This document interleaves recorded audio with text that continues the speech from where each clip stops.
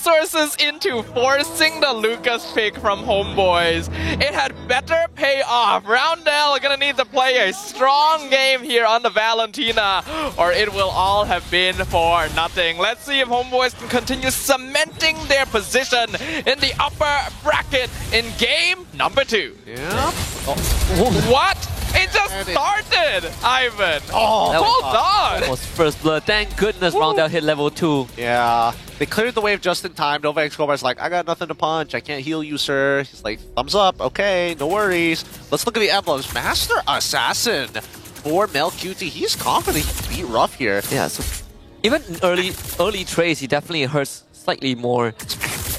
It's not really like walking up. He's waiting. Okay, he's waiting for the Falcon charge to happen, and then tries to walk up, but even then, it's a little awkward. Oh, Man, Loma just wants to play the game. Come on. oh. Yeah, Roundel's gonna lose prio to Izanami almost all the time here.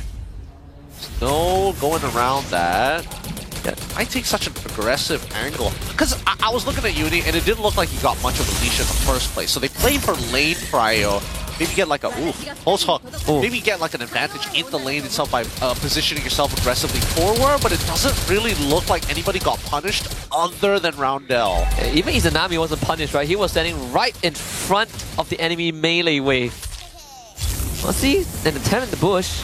Tidal Strike will connect Izanami. Gonna be fine though. There's not enough follow-up or damage from MV at this stage. Just notice the traction hook into Banner's Rage or Nibiru's Passion is even deadlier than the combo we saw in game 1. Because it has an AoE that you cannot provide backup for. They buffed the retreat. They're going for Ivan, picking him off. Bell gets the knockup, but it's not quite enough. And now the last Insanity doing so much damage. It's a double kill for Uni. Wow, what a call for the side of Monster Vicious. Instantly using the Retribution and then committing everything they have to ensure that Ivan is not going to be part of that fight. Now by bot side though, Rough, he's got to take a lot less damage here. Ooh. Okay, Amal did secure that. I think it's really smart though from MV. They knew that they lost in terms of just making the first move in game 1, so they're playing a lot faster. They're like, aha, this is the one time we're going to get you back, Ivan, before you get the bloody hunt. Until then, good luck, sir. Yeah, before Melcutie actively joins Homeboys in the fight, Monster Vicious has more room to kind of maneuver around the map. Oh, the Starlight Beam into the hook. Novax Kovar gonna be able to dash away. Roundel not gonna choose to commit the ult. Does Mel... Oh, Mel already used his ult earlier. He didn't switch weapons or anything. Man, that's sad. That's so sad. And Nibiru's Passion's damage racks are slightly slower too. Banner's Rage is definitely the preferred one. I think probably use it to block the wave. Wow, just in case he gets hooked. Definitely forced out. No choice, but you just have to respect it. There's just no going around that hook. After what happened in game number 1, yeah, you gotta respect it. And I don't think a fight's gonna happen soon enough that using Fizzcrack there is gonna be too big a deal, so why Fair point. Both teams, once again.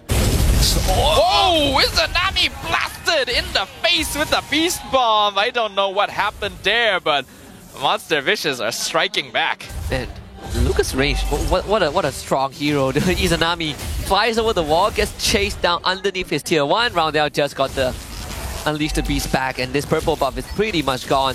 Yep, it should be. It's a contestant. Retri's coming up in 3 seconds though. Tidal Strike, Tsunami Slam, gonna pull Vel over. He eats a lot of damage. Iron Hook, Flicker into the tower! Xeno gonna be melted away. Grab on top of the Export. Glass Insanity comes out.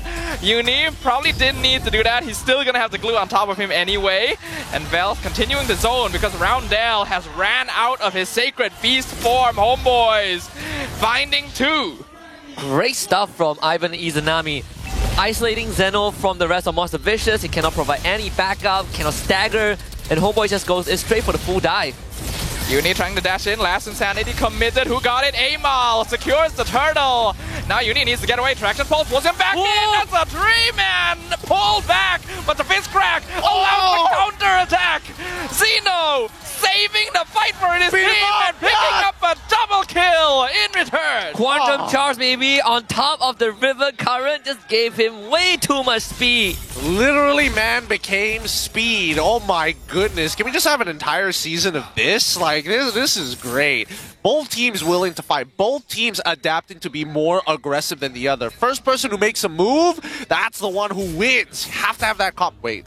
Does MelQT see the conceal? Yes, he does. He does. Oh, nice flicker. Just barely gets away from Nova. You can hear that crowd just going, oh! Yep. That's the sound of the collective butt clenching across the entire stadium.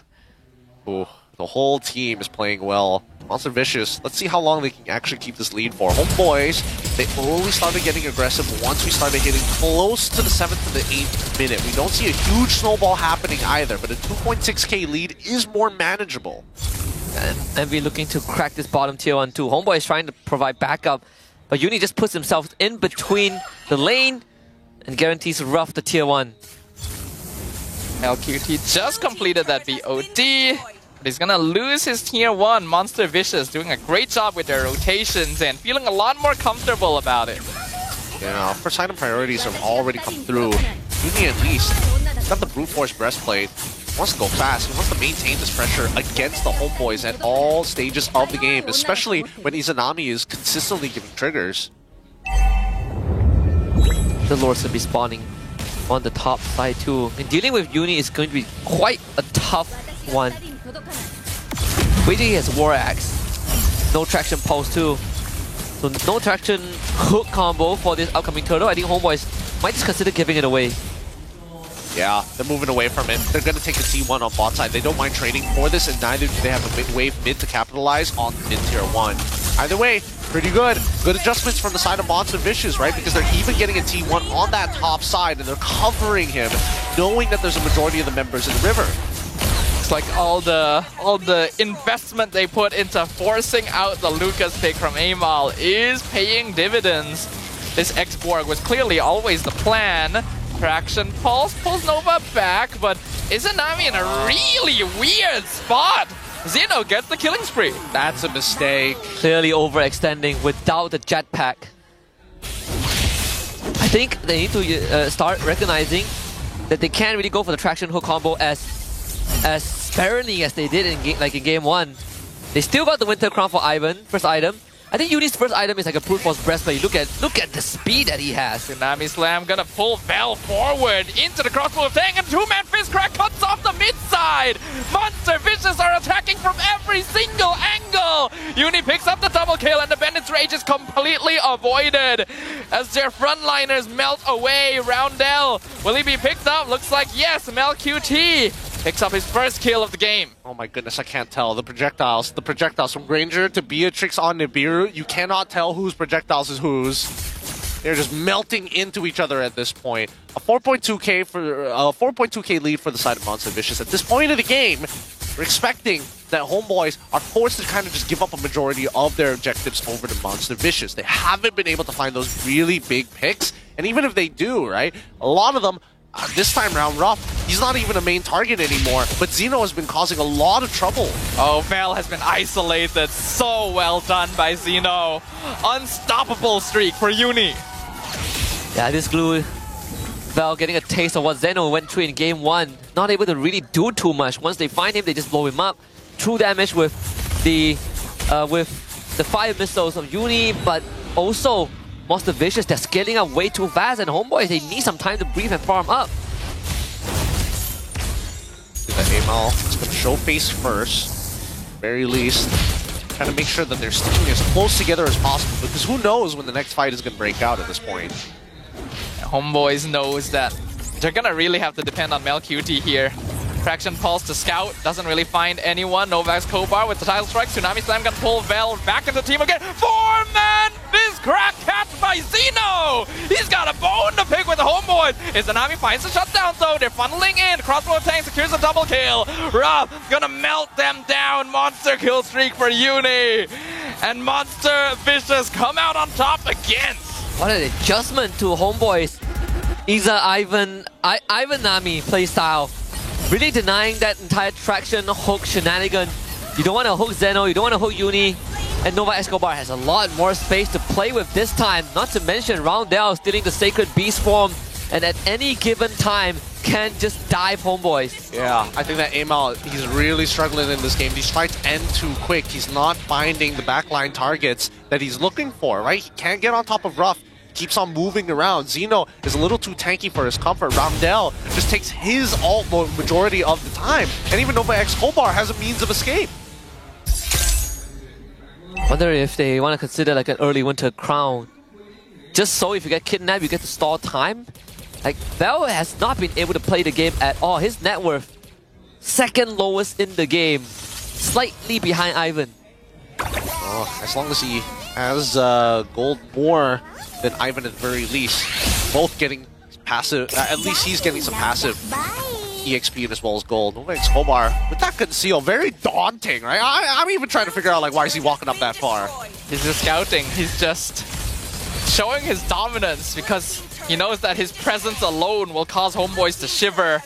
Look at Uni, look at the damage output of this X-Borg as well. More items being completed now. Malefic Gun complete on Ruff, the 1-1. Gonna be able to attack from even safer distances. Lord gonna be crashing up top. Holy Defense mid has also been burnt away. Lord will fall, but there's still enhanced minion waves. Kidnap again on Vel. Traction Pulse pulls him in, but Uni already got the godlike. The glue melts so quickly. Flicker, Bloody Hunt, but it's not enough. Bennett's Rage does pick up Xeno though. Melqt looking for an aimbot, jumps back in. Monster Vision is so low, but the crossbow of Tang has come out. Bounces to everyone. He gets a triple. Wind of Nature, Melqt in a 1v3 situation. He's trying to hit Flicker forward.